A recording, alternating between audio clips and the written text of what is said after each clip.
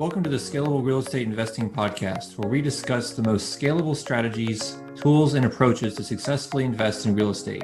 Learn how to make the most impact of your time, automate your real estate investing business, find off-market deals with minimum time invested, and leverage your capital to create as many income streams as possible so that you can achieve true financial independence.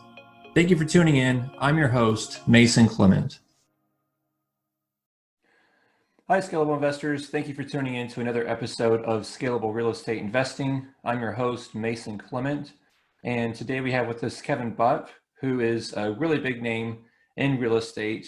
If you haven't already heard of him, he's the host of two different podcasts, the Mobile Home Academy and also the highly rated Real Estate Investing for Cash Flow podcast. He is also the founder and CEO of Sunrise Capital Investors, which has a long track record of successfully investing in mobile home parks, parking lots, and other really interesting niche areas of finance, of real estate. So I'm really excited to have him on the show. Let's bring him in.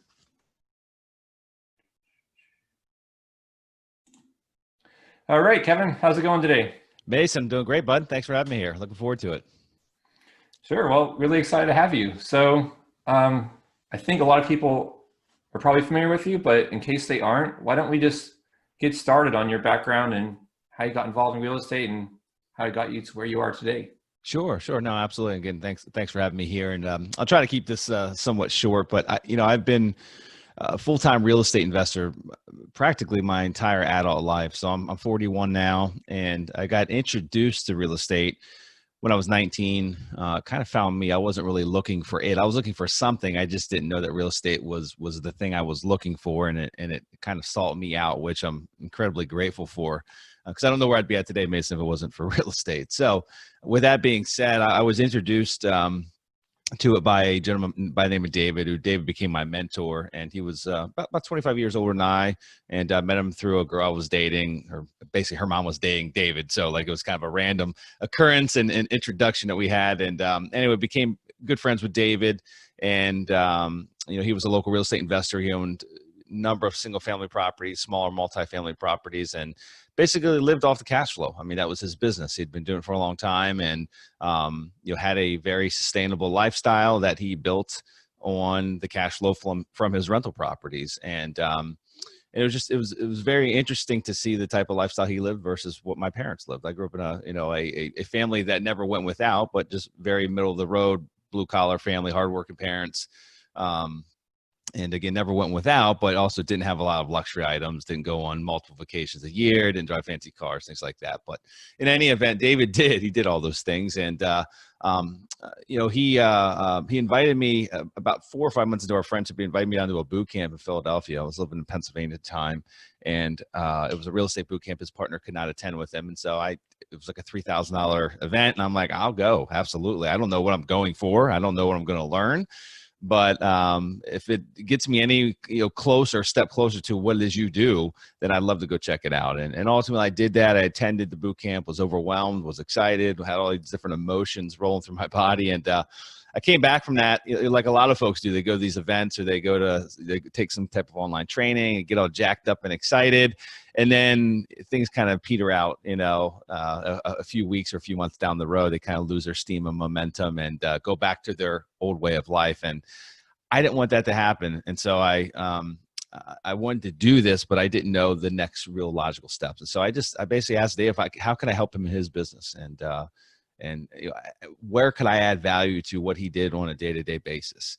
And we figured out where those gaps were in his business. And then so in between attending community college and tending bar at night, I basically was either at David's home office, out in the field with him, and doing whatever he needed me to do to, again, help assist him in growing his business and making his life easier. And I did that for about 14 months. I basically followed him around, helped him, was involved in conversations, heard him talk to sellers, buyers, agents, contractors, all those things, and just, was absorbing it all during that period of time.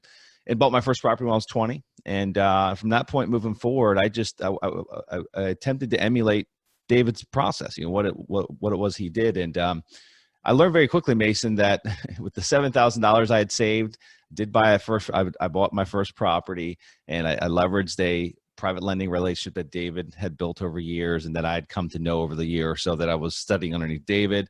And I bought that first property with the intent of keeping it as a rental, used all my $7,000 I'd saved up bartending, and realized pretty quickly that the 200 some odd dollars a month of cash flow, it was going to take a long time to save up enough money to go buy another property. And so what I realized very quickly is that I had to modify my systems or my business slightly from David's in order to build up some capital and, truly be able to hold rental properties and multiple of them and produce income. And so I started basically wholesaling or fixing and flipping a few homes, keeping one.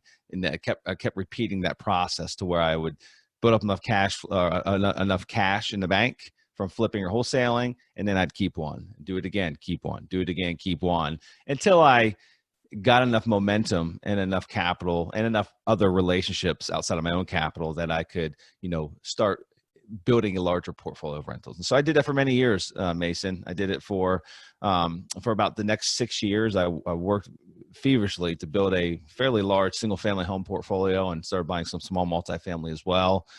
And went through 2008, had some really hard times, and stepped away from real estate for a few years, and then dove back in 2011, late 11, early 12. And that was when I was introduced to mobile home parks. And it was a niche I was not really seeking out. It kind of found me again, just through happenstance, through a relationship, through a lunch meeting that I had with a guy that I was mutual friends with. And he intrigued me enough with his business of investing in mobile home parks that I gave it a shot and ultimately bought our first park in 2012, and haven't looked back since. I mean, I completely got away from the single family stuff. I realized I realized even before the crash of '08 that the single family just had a lot of inefficiencies. It treated me well up until the crash. And, I had built what I thought was a very legit business. I mean, I was making a lot of money and things seemed to be going great, but all those inefficiencies really reared their ugly head, when 2008 came and a lot of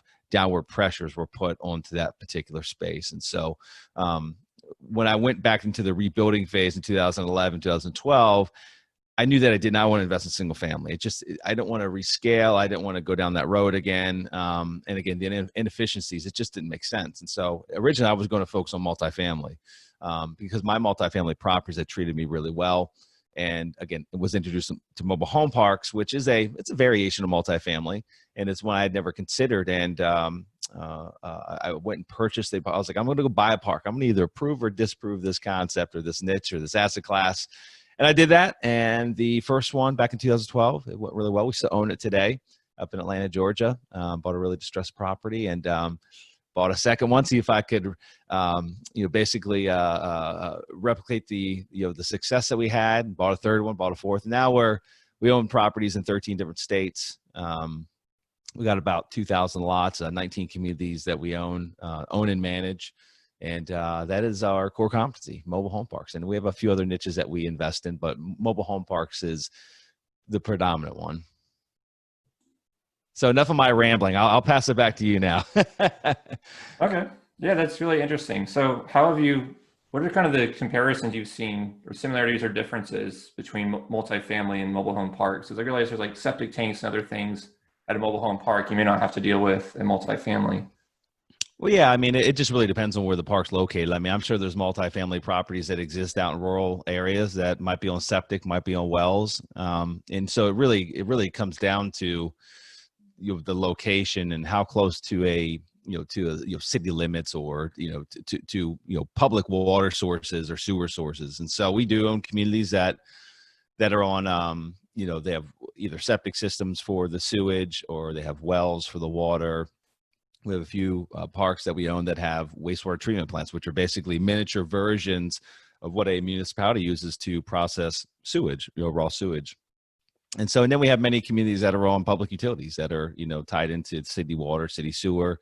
And again, I don't know how many apartments are out there that might be on private sewer or water systems, but I'm sure there are. I'm sure there's plenty of them out in rural parts of the country that are on those types of private systems. So I don't know if there's a big difference there between mobile home parks and multifamily, but I do think it's an area that a lot of lot of new investors in the mobile home park space that it could take you by surprise. There's a lot of additional due diligence, and I'm not going to say a lot of additional risk per se associated with private utilities. There is more risk, but so long as you understand and you can get comfortable with that risk profile and know what you're getting yourselves into, then it shouldn't be that big of a deal. But a lot of folks dive in. They're buying a park that's got private utilities. Could be any different type of makeup, like we talked. Well for the water. It could be a septic arrangement to where maybe the well, maybe the aquifer it's pulling from. They didn't go through the test. They didn't get an engineer involved. They didn't get do their due diligence in the system, and they come to find out after they buy the park that maybe the aquifer that it's pulling water from has too much iron in it. And it's a very expensive fix. Either they got to upgrade their equipment to the tune of $30, $40, $50,000, or drill another well, go down a couple couple aquifers deeper to pull some cleaner water. It could be a very expensive endeavor, unexpected, and catch you off guard. And the same kind of goes with private sewer systems. Speaking to septic tanks, septic tanks, they don't last forever. A lot of these parks out here that you see they're 40, 50, 60 years old, and septic tanks are only as good as what goes into them as well, and also as good as the soil that they're in. A lot of folks flush things that they shouldn't down septic tanks, and goes out into the leach field. Leach fields get clogged up, or they break down or fail over time.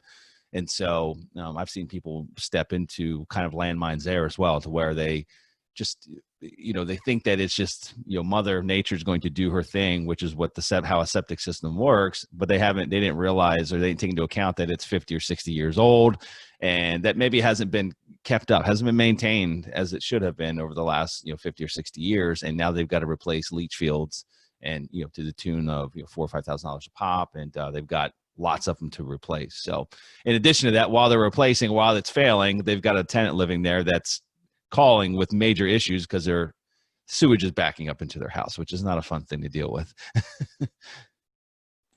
Okay. Yeah, actually, when I bought my current house, primary residence, there was an old cast iron pipe in the backyard, and we had a tenant for the first 6 months that we bought it, and it backed up like within the first week. So I know that issue. It's very obviously like an emergency critical time. Yes. Yeah. Okay. Actually, I listened to one of your episodes on mobile home park investing podcast about RV parks. One of your guests was talking about it. Have you ever purchased one of those? No, we don't own any strictly RV parks. We do own a number of mobile home parks that have an RV component. So there might be a handful of lots, or maybe two handfuls of lots of RV spaces in that community. But the residents, for the most part, the resident profile that might occupy those RV lots inside our mobile home community are more long-term residents. So maybe they're in town or working on a project. Maybe it's like a 7-month-long project, and they need they're traveling with their camper behind them, and they're going to live there for 7 months. And so that's more the profile that might fit in our communities. The traditional RV community is much more of a transient crowd. Nothing wrong with that. It's just it's a very different business model than that of a mobile home park. With mobile home parks, you've got stable residents. You've got folks that are that are going to live there for a year, and sometimes decades. We've got a few residents throughout our different communities that have, I think our record is like 43 years or something like that a resident has lived inside the one community. And so whereas in an RV park, you've got people that are coming for nightly stays, a few days, maybe a week, maybe a month, maybe a couple months. Like down here in Florida, a lot of snowbirds come down and stay for 3-4 months at a time. But again, just a very different management style, and also business model in general. And so we have not ventured into that space at this point in time. Okay. Yeah, I think on the episode too, you were talking about there's kind of different types of RV parks as well. So that makes sense. More like long-term stay ones as well. Yeah. Yeah, okay. Yeah, like the long-term ones, for example, there are a number of parks here in like Florida, and more so the Sunbelt states. And so, Texas, Florida, Arizona, even like Southern California, there's a number of RV parks in those type of locations that they're classified as an RV, they're zoned as an RV, but what you'll find is a majority of the residents are permanent. They're permanent, or maybe they're not physically, their body isn't physically there year round, but they have a unit that stays there year round, and they pay for that unit to stay there year round, but they might only come down to it for 6 or 7 months out of the year. So in that situation, and we don't own one like that, but we've looked at many, and I'm comfortable with that model because they're still, even though they're seasonal residents, they pay year round. And so it's still a very stable business model.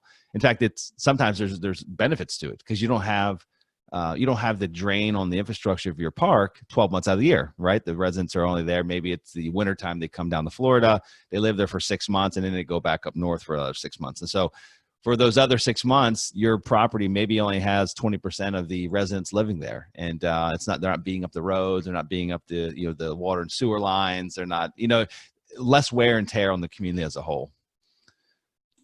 Okay. Yeah, it's like people paying for gym memberships and just don't use the gym. There you go. Yeah.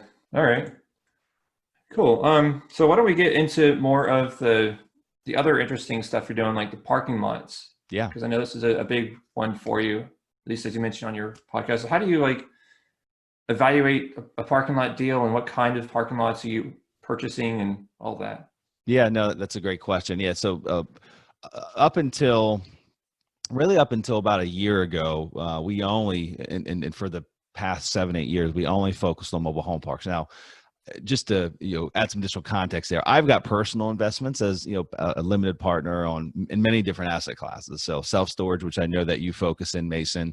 I've got a number of self-storage investments. I've got a number of multifamily investments. I've got a number of medical office investments. Again, all as a limited partner. I like all those asset classes. It's very hard to be an expert in all, right, at the same time. And so we've always been incredibly focused and want to become the best that we can be in the mobile home park space before even considering venturing into another asset class. And parking lots came on my radar. It's probably been about 4 years now that I was first introduced to the space by a gentleman that I actually had on the podcast. I mean, maybe it's even 5 years. It's been a long time.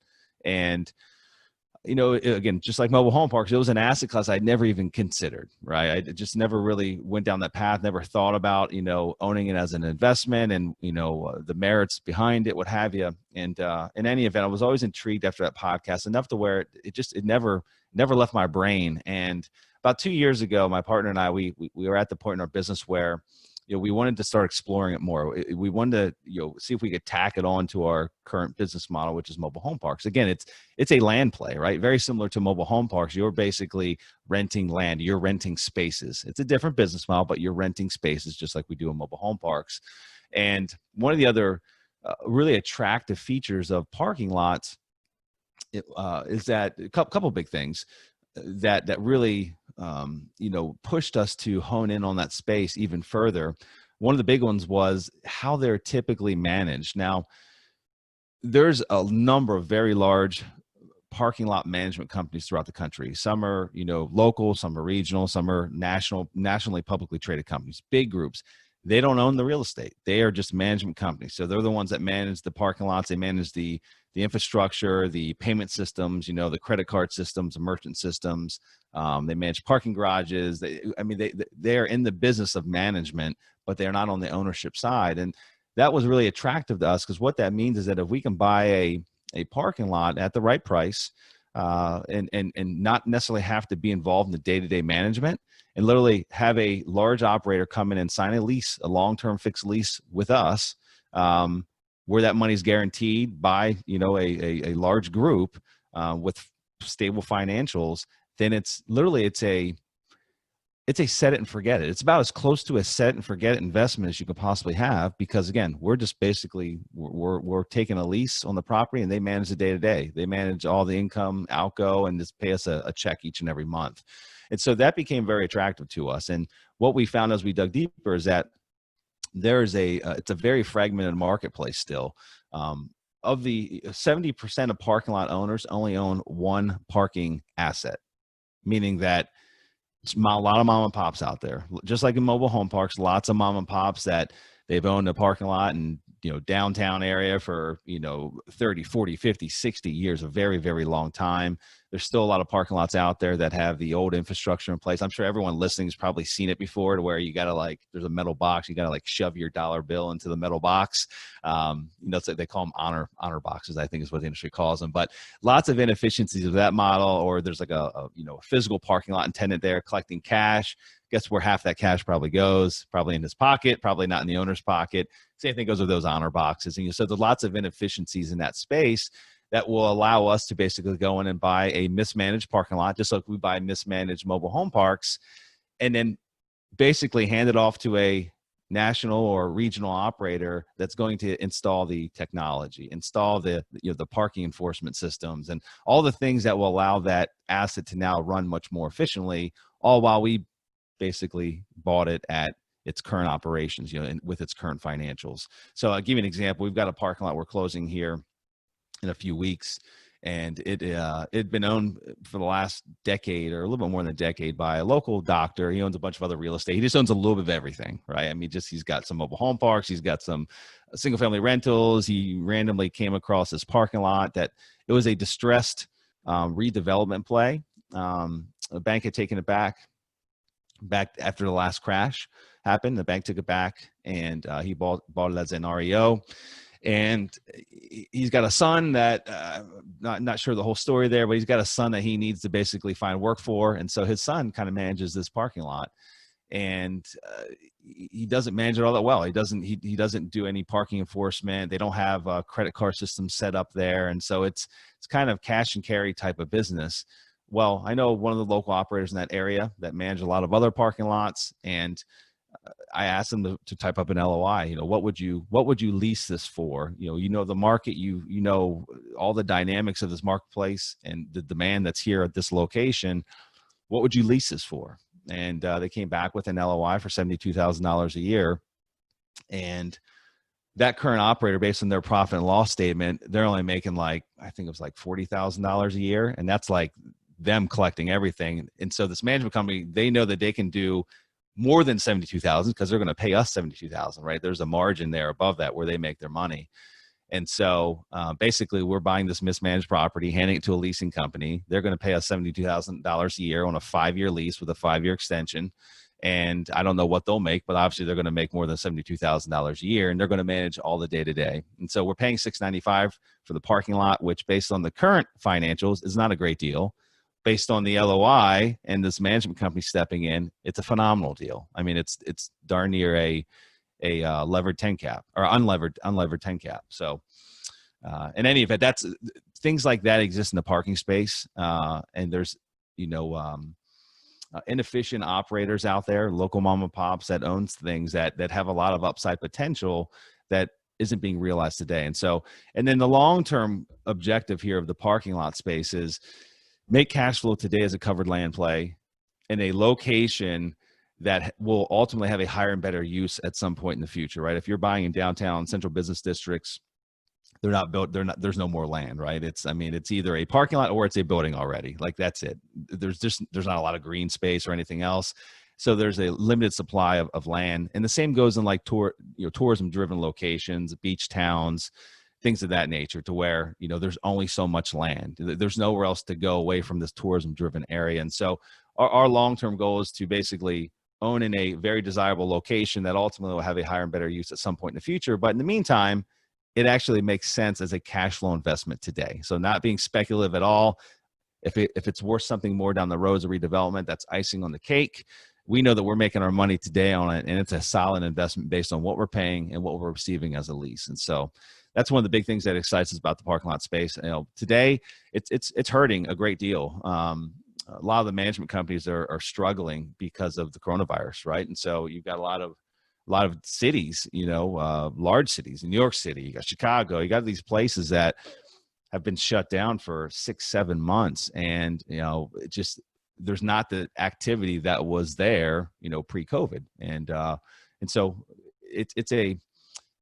I view that as an opportunity at some point, because there's a lot of parking lot operators out there, or parking lot owners that have debt in their property. And I think that there will be ultimately distress, just like there's going to be in a lot of other asset classes, distress as a result of, the lack of revenue coming in. People aren't driving today. People aren't parking. People aren't going to certain beaches and things like that. So anyway, I'd say that the majority of our efforts at this point, we're still looking at parking. We're buying one here shortly. We're looking for, if an opportunity presents itself, we'll buy it. But right now it's a little challenging because a lot of the management companies, they don't want to enter into a new long-term lease without, with all the unknowns, in front of them. And so we're kind of, tiptoeing around, just looking for the killer opportunities. But most of our emphasis and energy at this time, as we record this, is on the mobile home park space. Okay. So you said long-term lease. What is like a normal lease? Is it like 10 years and now they want to do 1 year? Yeah. So the one, so we don't, the parking lot we're about to close on, they actually wanted to do a 10-year. The management company did, and we didn't. And there's a reason behind that. I personally feel that where this is located and the corner, it's in a hard corner, signalized intersection in a thriving downtown area. It's on like one of the main streets in the downtown area. It's already got air rights to go up 35 feet. Again, we're not speculative investors, but also what I don't want to do, if I sign a 10-year lease, I'm basically, it's safety, but it's also a risk in that I think that the demand for development could be there sooner than 10 years. And so I don't want to be locked into a long-term expensive lease that it's hard to get out of. And what I do know is that at the 5-year mark, there's still going to be a demand for parking in that location. So to get that operator to sign another extension for 5 years, I don't think will be all that challenging. I think they've been managing a long time in that area. They know that there's a huge demand for parking and they've done really well there. And so I think that we'll be able to collectively make a very,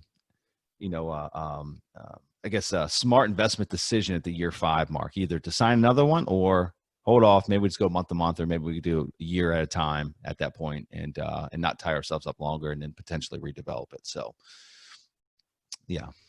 Okay. That makes a lot of sense. And then to increase the income from like that 40,000 to over 72, are these operators increasing the marketing, or what are their strategies usually? No, I mean, there's no proof of this, but I would say that some of the revenue that parking lot's producing today is probably going in that son's pocket. Again, I don't know him personally, so I'm just making assumptions based on my conversations with this operator, the management company, what they do in some of their other lots, very similar size. The property should be doing better than what it is right now, even though they don't accept credit cards, they don't have parking enforcement. It should be doing better. So more than likely, some of that revenue, it's coming in, it's just not going to the bank account. It's going somewhere else. And then in addition to that, it's not necessarily a marketing thing, because it's it's right in the heart of downtown. I mean, it's there in your face. They put some signage up, but like there's not like paid marketing above just signage on that lot, letting people know that parking's available here. But they'll install, a credit card machine, payment machines there. And then they'll enforce parking, right? For those that have I'm sure there's probably, the sun's supposed to be enforcing parking now, but I guarantee there's people that park there for free, days at a time, that actually don't pay. And so they've got a parking enforcement there locally. So they'll make sure that, not even through technology, they've got parking enforcement. They actually have a physical presence as well. They've got people that go around that will, write tickets, what have you. And so just a lot of efficiencies. Really, it's more efficiencies than anything else. I don't carry cash on me. Very rarely do I carry cash on me. If I'm traveling and on a business trip or on vacation or something like that, I'll have some cash just for unexpected events. But here locally, I very rarely ever have cash. So if I ended up going to a parking lot that you only took cash and wouldn't take a credit card, and there was one down the road that took a credit card, guess where I'm going to go park? It's just out of necessity. I don't carry cash. I like using my credit card. I feel safer with just using a credit card. And so I think they're losing a lot of revenue of people just like me that only have credit cards on them. They don't have cash with them. So. Okay. It makes a lot of sense. I actually lived in New York for 6 years. And when I was going to Chinatown, that was the only time I made sure I had like $50 cash at least. There's only awkward places like that. These Chinese store owners like, cash only. I'm trying to avoid taxes here. Let me only take cash. Exactly. So that makes a lot of sense. But it actually reminds me of a parking lot by like Canal and Hester Street, if you're familiar with different Chinatown intersections. Hmm.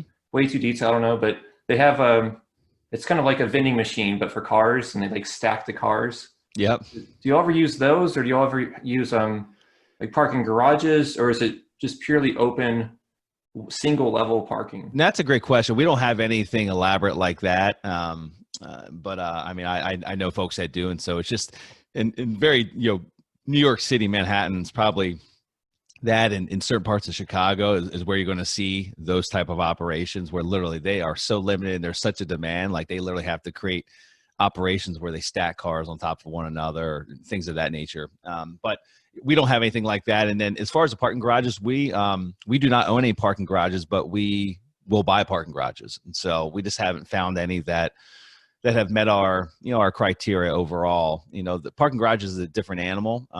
Now you're talking about, there's a physical building there. A lot of parking garages are older. The ceiling height back when they built it in the 70s might not be conducive now to, half the cars that are on the road, right? You got like pickup trucks and things of that nature that might exceed that height limit. And so there's lots of factors that are involved with a parking garage that don't really come into play or aren't a barrier when you're speaking about just a surface parking lot. And so ideally surface parking lots, in my opinion, they're easy, they're straightforward. There's not a lot of upkeep. I mean, you got an asphalt parking lot that will have some potholes here and there that might need the lines restriped.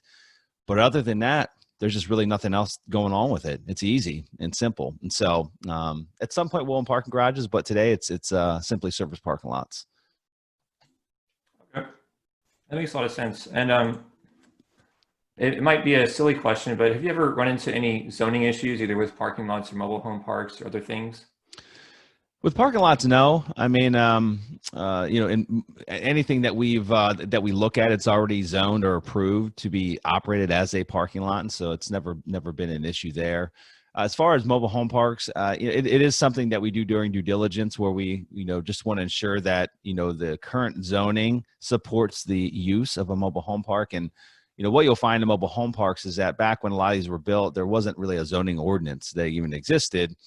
And you'll find that a lot of mobile home parks are not currently zoned as a mobile home park. They might be zoned one of many things. Could be general commercial, could be residential, could be industrial, just a ton of different, underlying zonings that truly don't recognize mobile home parks. But back when they were built, they were essentially grandfathered in. Whenever the zoning ordinance changed or was updated, they became grandfathered in. So what you have to make sure of is when you're buying a park, that if it doesn't have a true mobile home park underlying zoning, that that it's protected by a grandfathered status, and that it's actually got a legitimate license to be operated as a mobile home park. But even more specifically, for example, if you're buying a 100-space mobile home park, make sure that it's licensed to have all 100 lots. I've run across many situations where, you see parks that are just, again, random example, 100 lots, but it was only ever licensed for 93, and maybe there was room for 7 more. That owner went and put 7 more in without getting approval, but the city's not, if they ever found out, they would, make him take those away. And, ultimately, if you're buying it based on cash flow and revenues and you're underwriting it based on 100 occupied, and 7 get taken away at some point in time, it's going to change your numbers fairly significantly. So just little things like that you have to watch out for. Okay. Yeah, I just asked because I'm currently working on a storage deal where, frustratingly, the owners, they've owned it for it's like 2 different sellers, and they've owned it for over 10 years, and they just weren't aware that you have to file a certificate of occupancy upon change of ownership. So they were never grandfathered in, and they're zoned as C1, like Yes. commercial retail and not actual storage. And so if I was to buy these, it's like a lot of wrinkles to work out with the city just to get it zoned properly. So yeah, I mean, I don't know. It's maybe just, hopefully it's just like a one-off issue and I don't keep running into this. Yeah. I mean, I think, and that's where a good attorney comes into play. We don't make guesses at these things when they pop up. We get attorneys involved that are well versed on, for mobile home parks, that are well versed in our space, that understand the laws, as they apply to that particular state.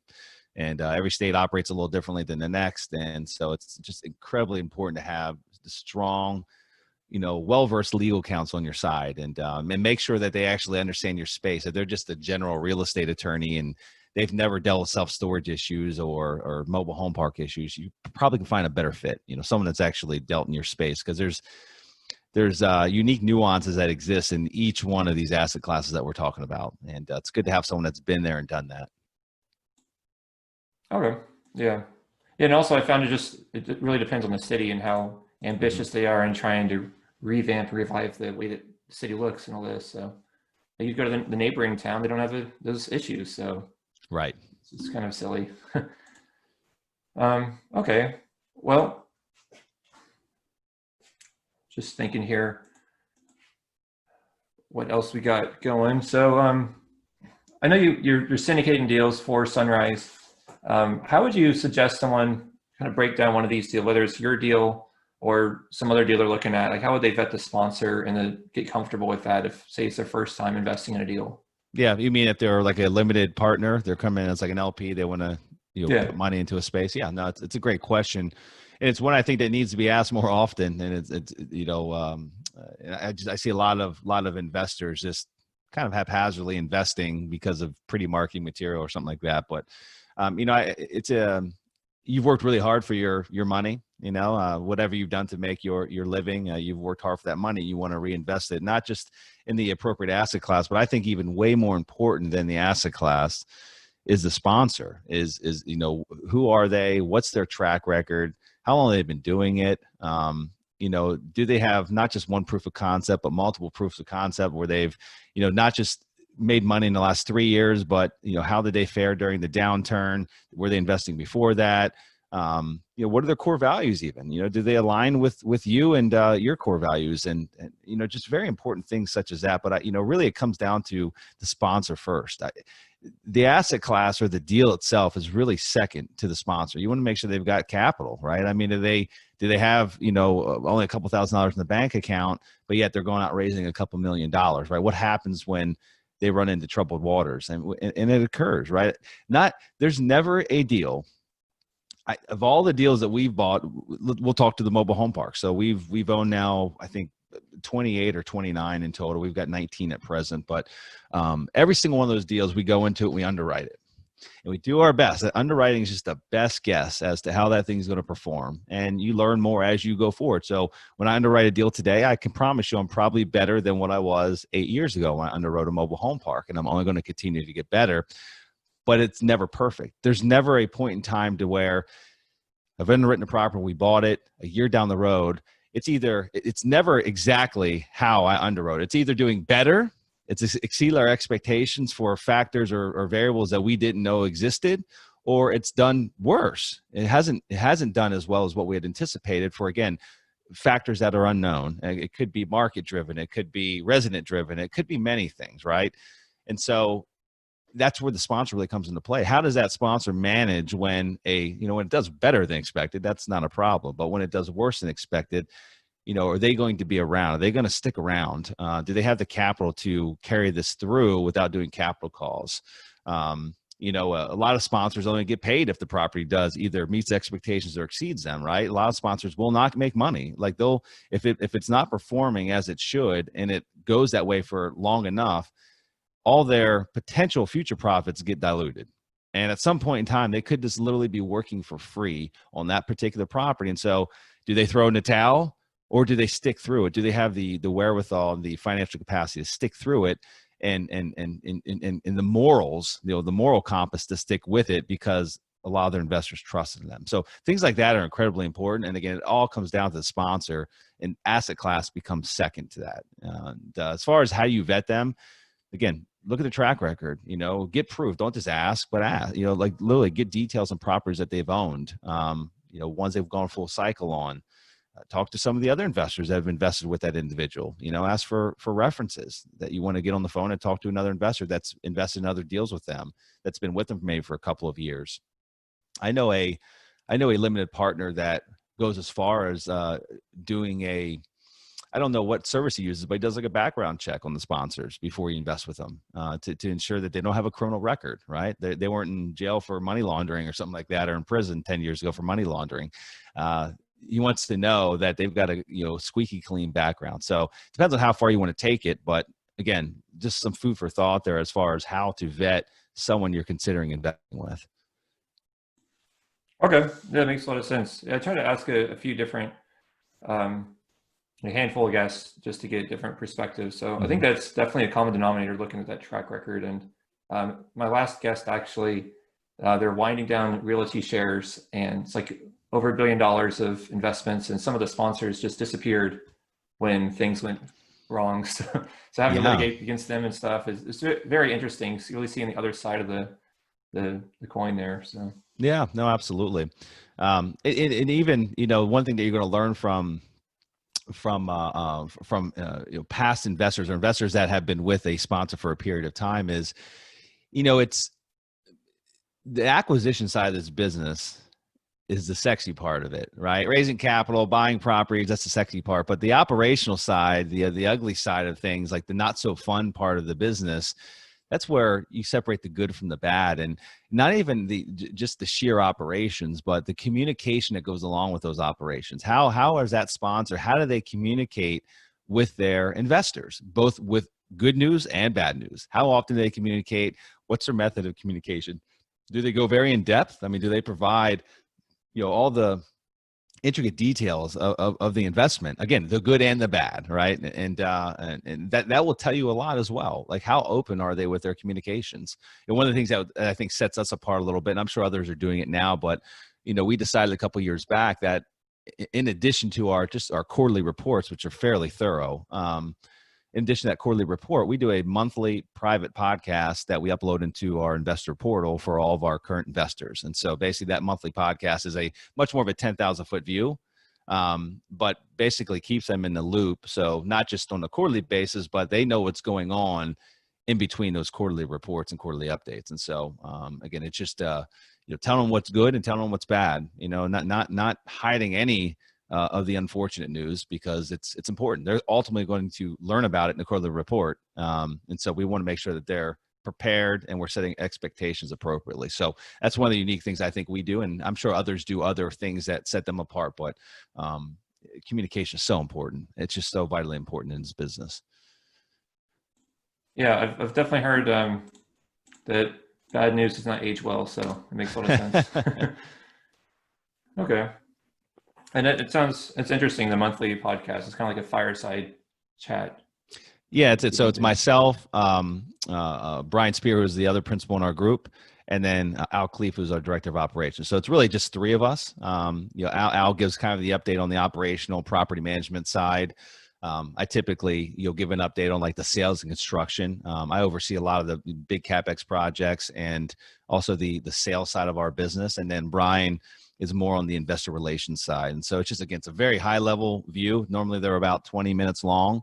And then everything, the bigger report, the quarterly report, is where everything gets, divulged. I mean, all the particular numbers per property, what have you, but we don't go in detail like that on those monthly podcasts, but people love them. They eat them up, and they can also listen to it on their own time. It goes into their portal, and they can, it's now it's on demand.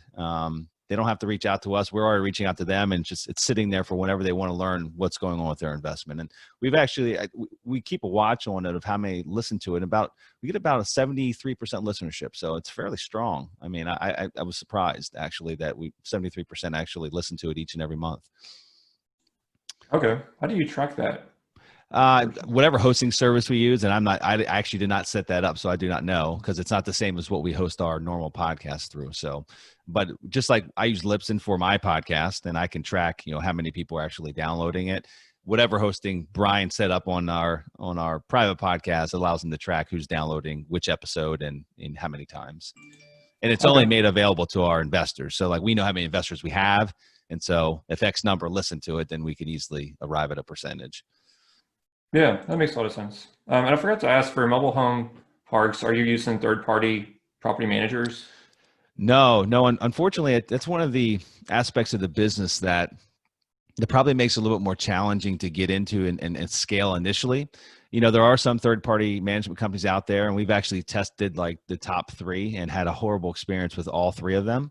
And so you don't have the luxury like you do in the multifamily space. I think that's one of the big benefits of the multifamily is you can really focus on the acquisition side and finding a good asset and then being a good asset manager, but not necessarily have to build out an entire property management organization, which again, it's one of those unsexy businesses that there's a lot of moving parts and it's not a very profitable business. But however, in the multifamily, they get the luxury of being able to utilize those resources of those big property management companies that exist. Mobile home park space, not so much. And so it makes it challenging when you're buying your first couple of parks, because what you'll find happens is you buy that first park, kind of you're managing yourself. You got an on-site manager, you're kind of managing yourself, and it's maybe taking 15 hours of your time every week. And you buy a second one, now you're taking up 35 hours of your week. And then you buy a third and you're like, holy crap, I just missed my kid's baseball game. I haven't taken my wife out to date night for the last 3 months because I'm literally working now 50 or plus hours a week on these 3 parks. I want to buy another one, but I don't necessarily have enough additional revenue to pay, like to start hiring staff. I need a property management company. I need to hire a few people, but I can't. And so you go through this limping stage where you slowly are piecing together like staff and you can barely afford it. And it slows down your scaling efforts, what have you. But then at some point you reach a tipping point to where you're hopefully generating enough revenue, paying your property management company enough money where it can actually afford to pay its staff. And that's the tough part of scaling in this particular business, and actually having to run 2 businesses. You're not just running an investment company, you're running a property management company as well. And so our property management company has, I don't know, 40 or 45 employees, full-time employees. And it's not it's in the black, but it's not a profitable endeavor. I'll leave it at that. Like it makes a profit, but it's not a profitable endeavor. I would not own that business if it wasn't a necessity. I wouldn't be in the property management business if it wasn't required. So it makes it, that's one of the unique aspects of our business that I see a lot of new investors, they struggle with, and we did as well. We struggled when we were at that tipping point. It was myself and I had 2 partners at that time. Now I just have 1, but so we had a couple more bodies, able bodies. So we made it to about 8 parks, and we were like, we're losing our minds. We need to hire people, and we need to hire them fast. And we literally couldn't hire them fast enough, but we had to be careful that we didn't overextend and that we only brought in who we could afford and didn't get out ahead of our skis. And so now we're in a better spot. Okay. Yeah, I feel like that's got to be a similar difficulty for almost any business. You have to, you're just trying to transition yourself out of it and take yourself out of the equation. So yeah, we thought that we would, went through a like a deduction process we basically researched every property management company that was in the mobile home park space. And there's not a lot of them. There's really not. Maybe when I say legit property management, I'm talking like they manage more than like 10 properties.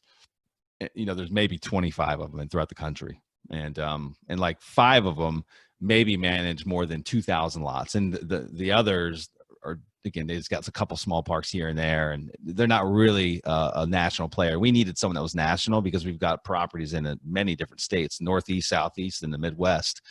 And so it came down to 3 that had the reach, that supposedly had the capacity. And we handed off a few properties to one, a few properties to other, and then a large swath to the one that was supposedly the best in class. And we had a horrific experience with all 3 of them. It wasn't a pretty experience at all. We brought everything back in and basically, went back to building a stout property management company to manage the assets. And that's where we're at today. And I don't think I'll ever go back down that other road. Okay. We are running short on time, but what are some of the kind of the nightmares or the big frustrations that you had with these property managers? Yeah, just no one's.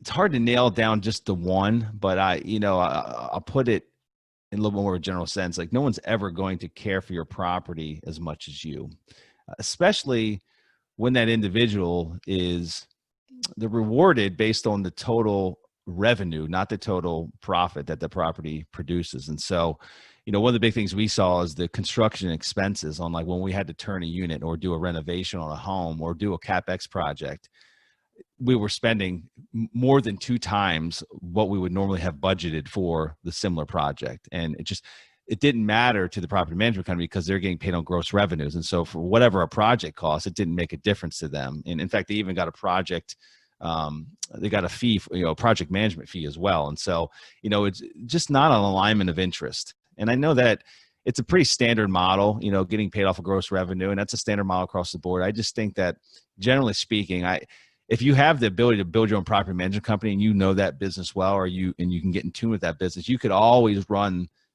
your property, whatever type it is, mobile home park, multifamily, even self-storage, better yourself than that of a third-party operator, because you'll never have a perfect alignment of interest. And but yeah, just the expenses were horrific with some of the operators. In addition to that, even their turn time. When you take a big property management company, for example, the one that was best in class, they manage hundreds of mobile home parks. They actually are really big. They're nationwide. It's like turning a cruise ship. And so, whereas when we have a vacant unit, one that was down, normally we can get that thing turned back around and back on the market for sale within 30 days. With them, the bidding process would take 45 days. And then it'd be another 3 months before we got that thing actually turned back around and on the market. And so it's like turning a cruise ship. At any move you make, it's so slow. Whereas being small like we are now, like we just manage our own assets, we're agile, and we're looking to cut expenses wherever we can. We're looking to get the best bid wherever we can. They don't go through that extra effort to do that because they're not encouraged to do so. Okay. Yeah, it's kind of like banks shopping around for appraisals. I'm like, why would you pay that much for an appraisal? It's ridiculous. Right, exactly. They'll bid it out and say, well, this is just what I got. I'm like, well, I think you could have done better. Yeah, exactly. And so that created a lot of controversy and conflict because I had known the business well. I mean, I had done enough construction projects. I'm well versed, not just in the mobile home park space, but from being in, owning many other asset types over the years, many other construction projects I've been involved in. I know how to estimate what road asphalt patching should be, based on the size of the patches, what have you. I know what a normal turn should be in a unit when we got to put just paint and carpet and minor cosmetics. I know what all those things are. And so when you try to serve me a dish that is 3 times the amount of what normal is, I have a challenge with that, and it creates a conflict. And so we went through, a lot of headbutting as well, which is not a healthy relationship. And so it wasn't healthy for them. It wasn't healthy for us. And ultimately decided that, within the first 4 months that we were going to have to build this in-house in a big way. And ultimately we did that. It took us about 6 months to truly build what our property management company is today, which is we wanted to build it to where it could not only handle the assets we own at present, but also if we went and bought 10 more parks, 20 more parks the next year or two, that it would be able to expand along with it. And we had the right talent at the helm to manage that expansion. And so that's where we're at today. So we're probably a little overbuilt, but we're starting on a acquisition streak here now, and looking to utilize that overbuilt property management company that we have now. Okay, sounds good. So definitely running short on time now. I got to run to another call, but the last question is, I noticed on your website you're a huge craft beer enthusiast, as am I. So what is your go-to? Are you like a porter or ale guy or black lager? Depends what kind of mood I'm in. Seriously, right now, it really does. I'm all over the board. Right now in my fridge, I've got an Imperial Stout. I've got some Belgian beers.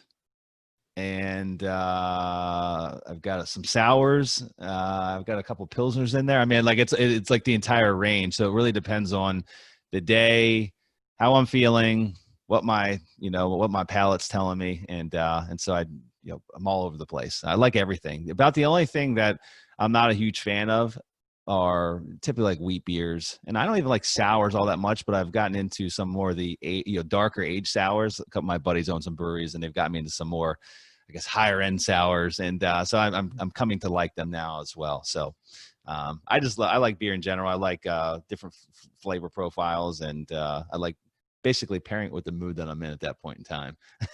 Okay, it makes a lot of sense. How about yourself? What's your go-to? It's actually similar, but usually I'll ask, if I go to bars, what porters and stouts do you have on draft? If I'm just looking to, so a lot of times I'll start out the first drink with a strong beer like that, and I might scale back to an ale later, and then maybe if a Bud Light if I'm on the ground. But I try not to drink too much. Actually, I haven't drinking recently anyway, so yeah, it's interesting. Yeah, play both sides. I used to be on the hoppy kick for a long time, and so, for like a year or two ago, I still enjoy hops, but I don't go after like double IPAs or, I might just drink a pale ale, but I'm not as attracted to those incredibly hoppy flavors as I used to be, which is weird. I don't know what changed. And we all on the boat this weekend. It's fun. We spent a lot of time in the water and out in the sun and all that, which, the craft beer enthusiasts that are listening to this are going to fall into their grave, is that I literally had Coors Light with me because it was just easy and it was really light and it's like water. So yeah, exactly. Yeah. If you're going for like a trip where it's kind of a marathon, you have to do that. Like my dad just drinks Keystone Lights, and first they give me a headache, but he's sitting there like he's like on his ranch, he's just drinking throughout the day, so it's just like water. So it makes sense. Right. Especially if you're in the sun, you don't want to have like super heavy beers with everything exactly on you.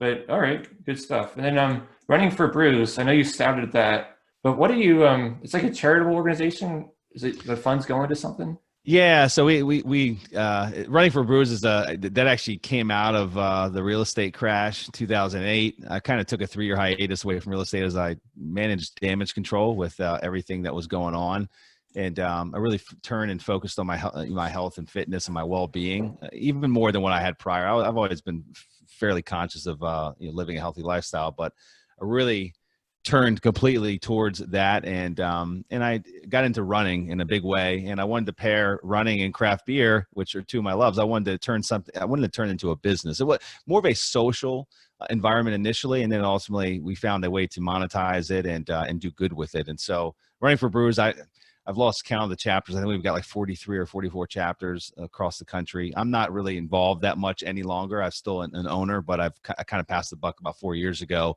to someone I had brought in as a partner, and they kind of managed the ship.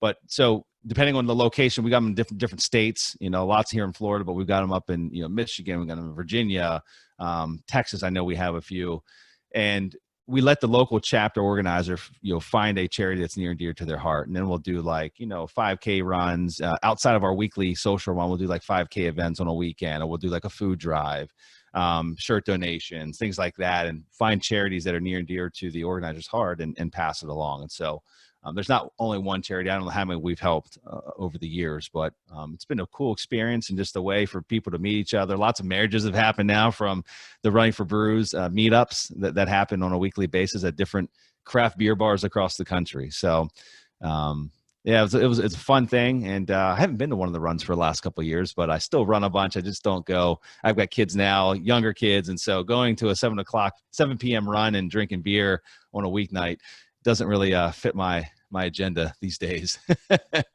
Yeah, that makes sense. Interest and habits, everything change. All right. So last question, what's the best way for our listeners to learn more about what you're doing and get in touch with you? Yeah, so you can go to my personal website, which is kevinbupp.com, and you can find out different things that we've got going on. I actually host one of my 2 podcasts on that website, which is Real Estate Investing for Cash Flow. So again, kevinbupp.com. And then our company website, if you want to learn what we're doing in the mobile home park space, you can go to sunrisecapitalinvestors.com. And on either one of those websites, you can use the Contact Us page and, get in touch with myself or one of the other partners in the group. Perfect. Well, thanks again for your time. This is all very interesting. I think we could probably talk all day, but we all got stuff to do, so we'll do it again next time. Yeah, thanks for having me, Mason. It's been a lot of fun. Yeah, likewise.